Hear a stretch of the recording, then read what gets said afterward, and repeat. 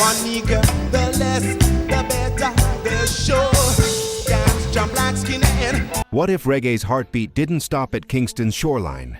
Tonight we follow the offbeat as it slips through customs and changes its accent. Brixton basslines rumbling under street lamps, Brasilia sunlight warming a one-drop, Copenhagen turning the groove into pure breeze, and a South African chorus turning pain into power.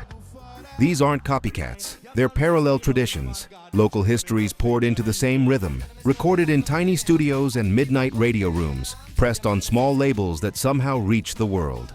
We'll drop the needle on 15 tracks that prove reggae is a language anyone can speak if they respect the grammar. Lovers rock tenderness rewriting a folk classic. Punk learning to walk with dread. A synth-lit protest from a Caribbean immigrant wiring Brixton to MTV. And a Brazilian hook that made freedom feel like daylight. Behind every chorus you know is a quieter story. Of producers who left air in the mix so voices could breathe. Of bass players who led from the shadows. Of communities that heard themselves and stood a little taller. If reggae ever lifted you, this is your passport. Cue the turntable, dim the lights, and listen for how the same backbeat carries different lives. This is 15 non-Jamaican reggae songs. One rhythm, many homelands.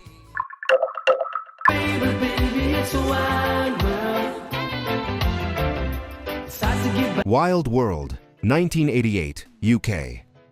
It begins with a decision that feels obvious in hindsight, but risky at the time. Take Cat Stevens's folk standard and move it to the offbeat. In late 80s London, Maxi Priest and producer Sly Dunbar, of Sly and Robbie, understand that lovers rock isn't just a tempo, it's a posture, tender, conversational, close-mic'd.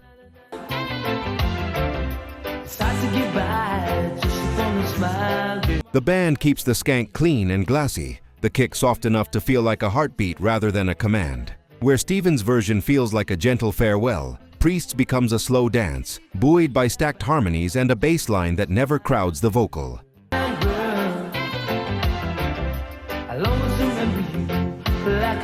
Part of the alchemy is the engineering. High-shelf sparkle on the guitars, a restrained plate reverb that lifts the chorus without washing it out, and plenty of air left around Priest's phrasing so you hear the smile in the vowels. On UK radio, it lands like a familiar story told with new weather.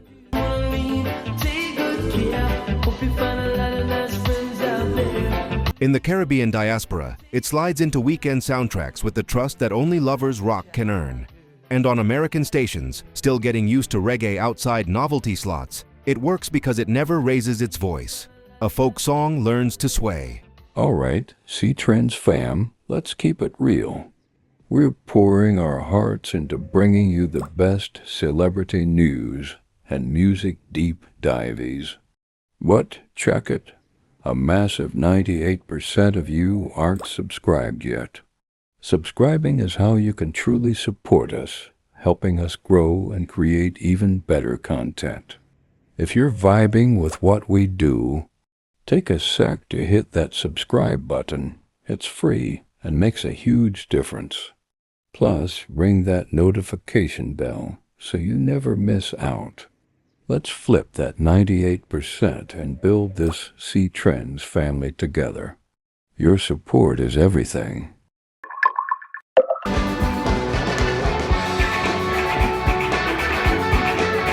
The most reggae moment on a punk landmark isn't a costume change, it's autobiography. Paul Simonon, born and raised in Brixton, steps to the mic for the first time on a Clash record and brings with him the neighborhood's post-Windrush soundscape. Dub spilling from record shops, police vans idling at the curb, bass you feel in brickwork.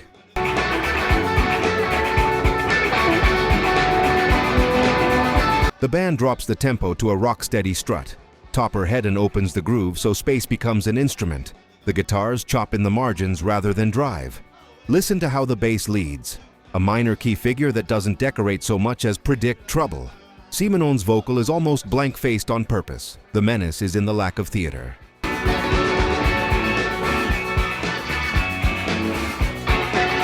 Producer Guy Stevens keeps the mix raw, resisting the urge to rock it up, and the lyric, half prophecy, half neighborhood parable, lands just a year before Brixton will actually explode. Reggae here isn't exotic flavor, it's the rhythm of a district that taught a punk band what pressure sounds like. We gotta Two Danes, Tim Stahl and John Goldberg, reduce reggae to its most weightless elements and accidentally bottle European summer. The drums are a metronome with manners. The bass is a slow bicycle ride. Soft synths and lightly chorused guitar trace a horizon line you can practically see. There's no attempt at Kingston grit, no heavy one-drop sermon, and that's why it works. The duo write a postcard, not a thesis. Let the good vibes get a lot strong. What seems simple is quietly engineered. The kick is padded and round, so nothing ever thumps. The snare sits back in the stereo field, leaving the vocal front and smiling. The hook is a two-note seesaw that children can sing on first listen.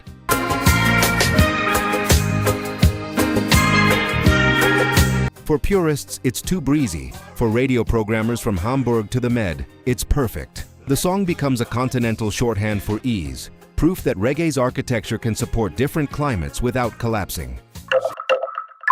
So hard like a soldier, can't afford a thing on TV. In Blue Wave Studio, Barbados, and earlier in London, Eddy Grant is building his own hybrid lab. Guitar chanks learned from Mento and Calypso, synth bass from the New Machines, and a lyric that reads like a dispatch from Brixton after 1981's Unrest. The genius is how the protest rides a dance engine. Oh, we gonna rock down to electric. The bass is synth-thick and square-wave urgent. The drum pattern splits the difference between reggae's one-drop logic and new wave's stiff precision. And Grant's voice sits in the pocket with the authority of a street reporter, not a preacher.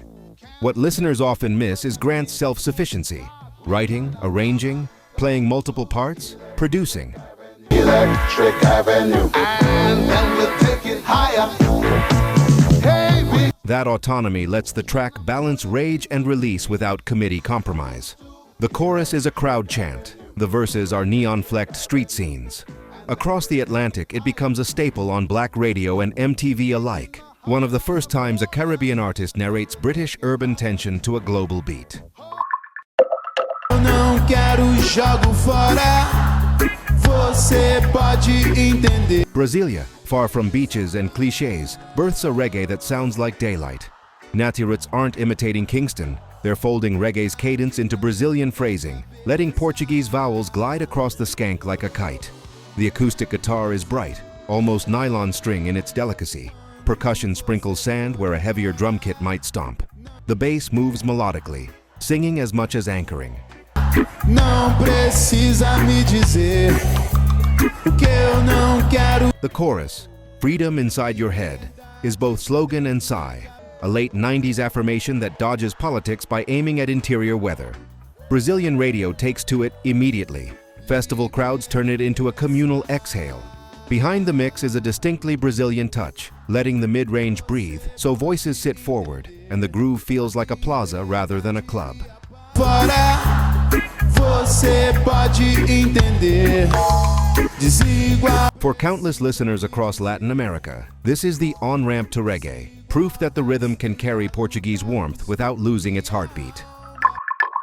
To know you, please wanna be close to you. Yes, I'm so hungry. You're like water for my soul when it It doesn't break on a glossy studio single. It breaks on stage. Sweat, feedback, and a crowd who realize halfway through that the hook they're shouting is bigger than the room.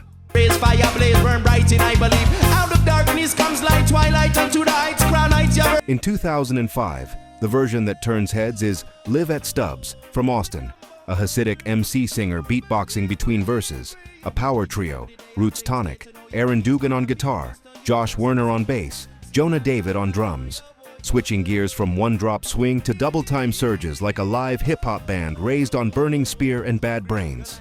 Start popping and you become whole. You're a slave to yourself and them don't even know. Want to live the The song's architecture is classic reggae, offbeat guitar, bass as lead instrument, but the cadence is something new. Rapid internal rhymes and melismatic lifts that land on a stadium-sized refrain.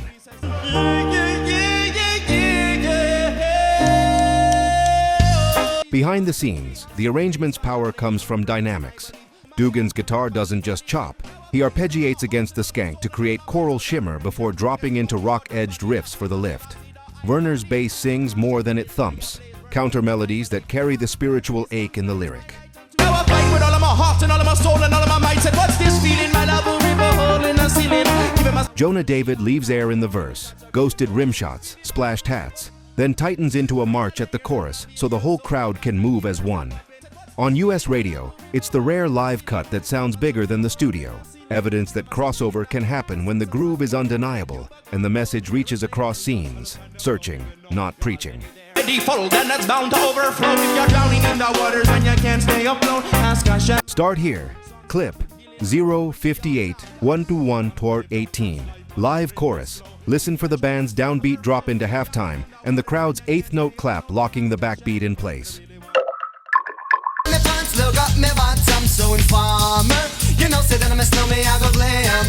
Toronto's multicultural stew comes out as dancehall filtered through New Jack swing. A patois-driven rapid flow riding crisp kicks, detuned bass hits, and a hook engineered for instant memory. Darren Snow O'Brien writes from the perspective of a kid who's been locked up and informed on. The verses are machine gun syllables, the chorus a playground chant that became a global reflex.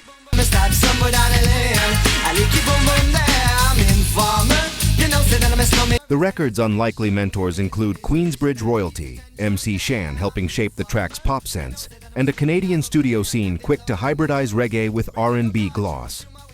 Released at the end of '92, it spent 7 weeks at #1 in the US, winter '93, a first for a Canadian dancehall record and an early sign that reggae-derived rhythms could rule CHR playlists.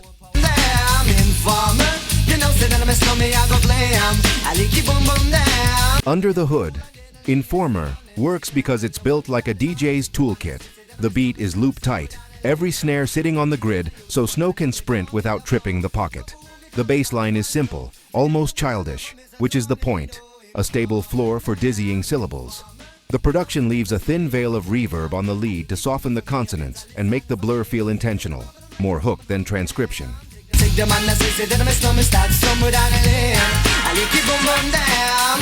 Controversy around authenticity and accent never dented its utility on the radio. In clubs, it proved that a dancehall cadence could be pop currency without dropping its patois.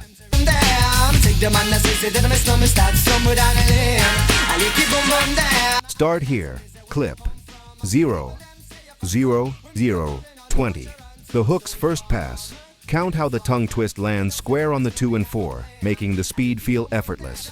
This video is sponsored by the Lore Store on Amazon, your one-stop shop for music lovers across reggae, rock, pop, and hip-hop. We built it for real listeners who don't want to dig through 1,000 listings to find the right gear. Inside the Lore Store, you'll find 5 aisles. VIP, top, battle-tested essentials. Headphones, turntables, speakers, gig-safe earplugs, smart speakers. Reggae vibe. Roots and lovers. Rock made easy. Automatic decks, warm bookshelf speakers, vinyl care. Rock lore. Classic rock must-haves. Open back cans, simple amps, living room concert vibes. Pop lore. Feel-good everyday setups, clean, clear speakers, easy streaming, nostalgia-friendly picks. Hip-hop must-haves. Punchy bass without the muddle, closed-back headphones and living room systems that handle low-end. Plus a rotating crate of old album vinyl if you're rebuilding a 60s-90s collection. Every product page tells you who it's for, 3 pros, 1 con, and why we picked it. So you can choose with confidence. Flying soon? Check. VIP for noise canceling that tames plane roar. Mostly listening at home? Try open-back headphones that let live albums breathe. Want instant gratification vinyl? Our fully automatic turntable is 1 button from silence to music. And the record cleaning kit knocks down crackle so the bass tightens up. Headed to shows? Grab high-fidelity earplugs. Hands-free at home? Our smart speaker picks let you say, play 70s reggae or classic pop, and you're there. Deal alert. If you use the link in the description, you'll land on our curated picks with current best available Amazon pricing and active discounts where applicable. Prices change, so buy now to lock in today's deal. Tap the link in the description, pick your aisle, grab a favorite, and tell me which category you want me to build next. The Lore Store. Listen better, with gear that gets out of the way and lets the music live. just one way. Take a 70s FM staple and sand it to a lover's rock sheen. That's the Big Mountain formula. And it works because the band refuses to clutter the groove. San Diego singer Keno McWhinney leans into breathy vowels and easy phrasing. The guitars keep a glass-smooth skank. The drums snap softly, like fingers rather than sticks. Every day, I wanna tell you I love. The result is a reggae makeover that dodges novelty by honoring the song's center, melody and comfort, while swapping Frampton's AOR glide for island sway. A feature in the film, OST Reality Bites, helps the single lift. It becomes a global radio regular, peaking high across multiple countries and finding a permanent home in the wedding DJ crate.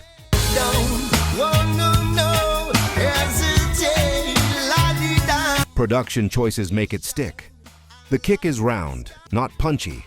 The snare sits a step back so nothing competes with the chorus. The bass line is legato, leading you into the hook rather than pushing you. Backing vocals arrive like a warm breeze, oohs and ahs that bloom on downbeats, an arrangement trick borrowed straight from lovers rock.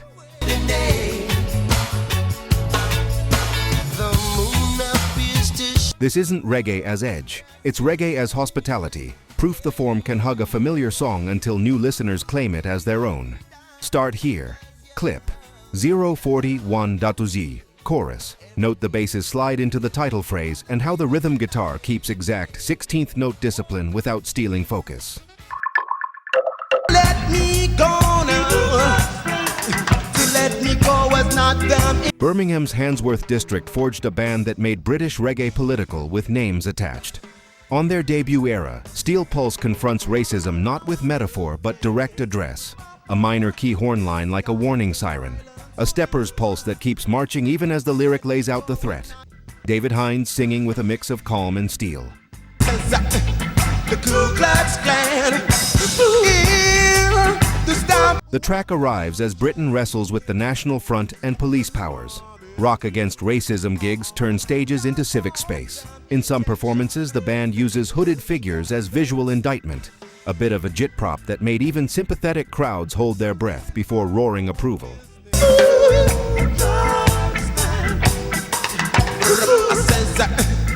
Musically, it's a masterclass in UK roots engineering. The kick is 4 on-the-floor steppers, not laid-back one-drop. Hi-hats tick like a metronome of dread. The bass treads heavy on the tonic, anchoring the lyric's gravity.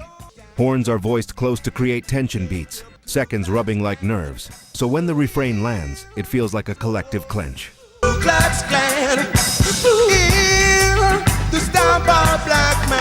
Steel Pulse's legacy is the refusal to pretty up reality, a uniquely British sound, tighter, colder, more militant, built for small clubs, community halls, and the language of naming what hurts.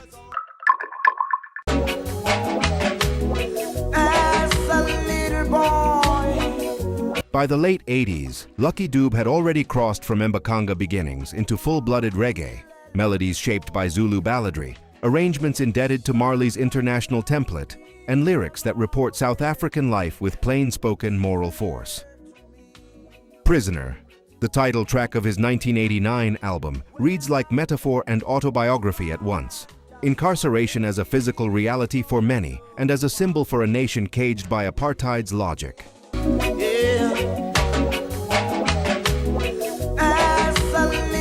The production is clean. Shimmering rhythm guitars, crisp rim shots, synth pads used sparingly to widen the chorus. And Dube's tenor sits firm in the center, a voice that never needs to shout to sound certain.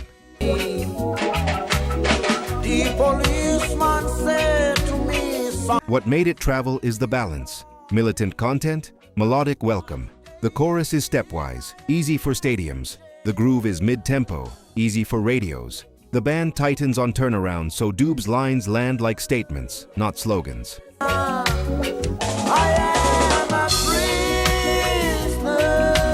Outside South Africa, the song becomes a gateway. Many listeners first sense that reggae's conscience didn't end at the Caribbean's edge. Inside South Africa, it's part of a soundtrack that helped people breathe. A reminder that naming the cage is the first crack in its wall.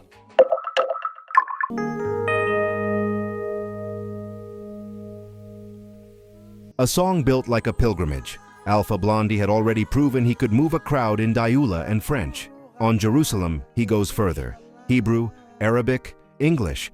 folding a city's contested names and prayers into a single chorus.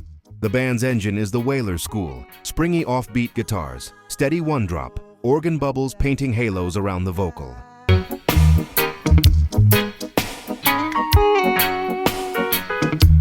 But Blondy's phrasing is West African, syllables riding the front edge of the beat, vowels softened by Abidjan's cadence. The recording favors clarity over grit, a kick that thumps without bloom, drum fills tucked so tightly they feel like exhalations, horns voiced to lift the refrain without turning it into brass band bombast. From the Bible to the Quran, Revelation and... But Blondy's phrasing is West African, syllables riding the front edge of the beat, vowels softened by Abidjan's cadence. The recording favors clarity over grit, a kick that thumps without bloom, drum fills tucked so tightly they feel like exhalations, horns voiced to lift the refrain without turning it into brass band bombast.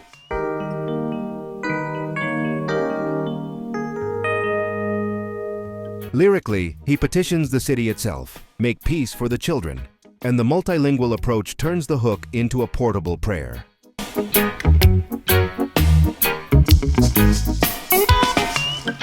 In Francophone Africa, it plays as homegrown roots. In Europe, it becomes a stadium chant. In the Middle East, it's controversial and necessary at once.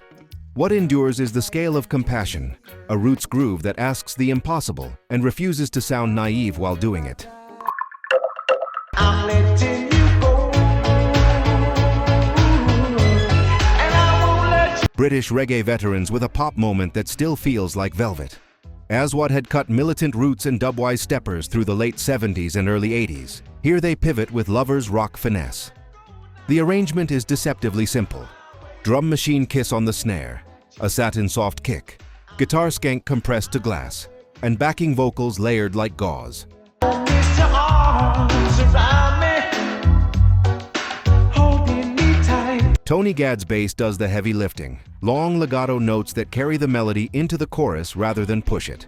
You can hear the late 80s studio in the choices, gated reverb restrained to a whisper, synth pads widened just enough to halo the heartbreak, and a vocal that sits almost dry so every sigh reads as confession. I don't want to see it me crying, just walk away. The lyric is classic lover's paradox. I'm shattered, but go now and spare me the blow. And Aswad sings it like grown folks trying to stay dignified in public. UK radio embraces it. It goes #1 and takes British reggae back to the top without sacrificing the genre's sense of space and restraint. The trick is empathy. Nothing in the mix hurries you through the feeling. Look me up and down a bit and turn to each other. On paper, it's a story song with a wink. On tape, it's a masterclass in feel. 10cc, studio tinkerers of the highest order, build their reggae not by caricature, but by micro-choices. A rubbery, front of mix bass, guitars that chank without ever choking the sustain, percussion that sprinkles rather than shouts.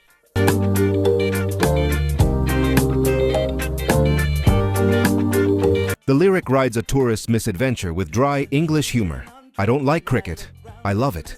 A line so sticky that the groove almost becomes a delivery system for catchphrases. Listen to how the rhythm section leans back. I don't like cricket. No. The kick is fractionally late, intentional laziness that makes the pocket wider, while the hi-hat breathes open on the and like a hand opening a door.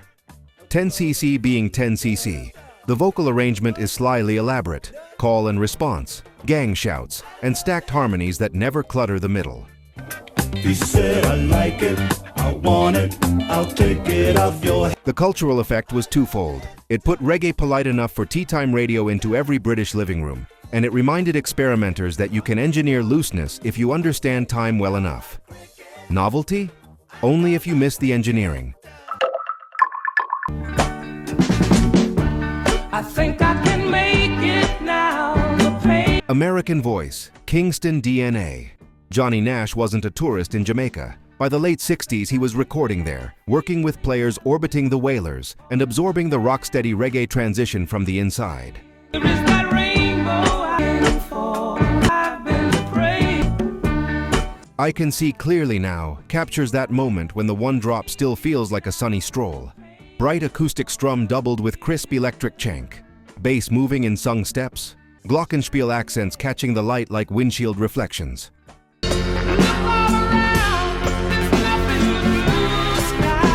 The record's genius is plainness. The lyric is direct, the melody uncluttered, and the arrangement leaves so much air that the chorus feels like a window opening.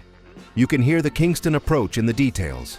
Rim shots instead of bombastic snares, organ swells that arrive and vanish like heat mirages, harmony voices mixed to human sighs rather than choir.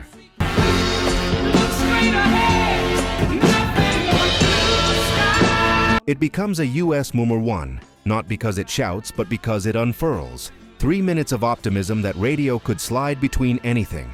For American audiences, it proved reggae could be everyday music, not an exotic guest spot. For musicians, it showed how much of the genre's power lives in restraint. All right, C-Trends fam, let's keep it real. We're pouring our hearts into bringing you the best celebrity news and music deep dives. What? Check it. A massive 98% of you aren't subscribed yet. Subscribing is how you can truly support us, helping us grow and create even better content. If you're vibing with what we do, take a sec to hit that subscribe button. It's free and makes a huge difference. Plus, ring that notification bell so you never miss out. Let's flip that 98% and build this C-Trends family together. Your support is everything.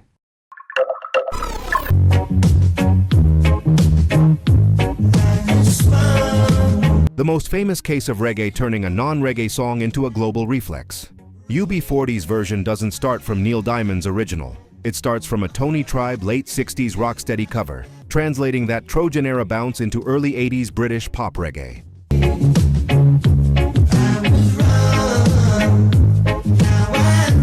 The band's secret has always been ensemble discipline. Earl Falconer's bass as the quiet lead, Astro's toasting cameo as flavor, a horn section that writes hooks of its own, and rhythm guitars so metronomic they let the vocal float without ever losing the grid. Stay close to me. Studio choices lock the vibe. Drums recorded dry and close. You hear felt, not just strike. Sax with a touch of plate so it winks rather than wails. And Ali Campbell's featherlight tenor peeled of grit, so the melancholy reads as easy company, not drama. In 1983, it goes number 1 UK. In 1988, a US reissue, sparked by radio rediscovery, sends it to number 1 again, this time with the Red Red Wine You Make Me Feel So Fine, Toast, foregrounded for stateside ears.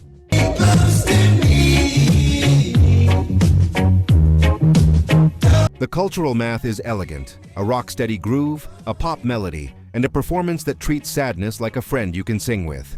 It's the definitive pop reggae cover because it never tries to be definitive, just unerringly comfortable. Stay close to me. Start here. Clip 030-050. Chorus loop. Listen for the sax's soft shadow on the melody and the rhythm guitar's unfailing offbeat click anchoring the sway.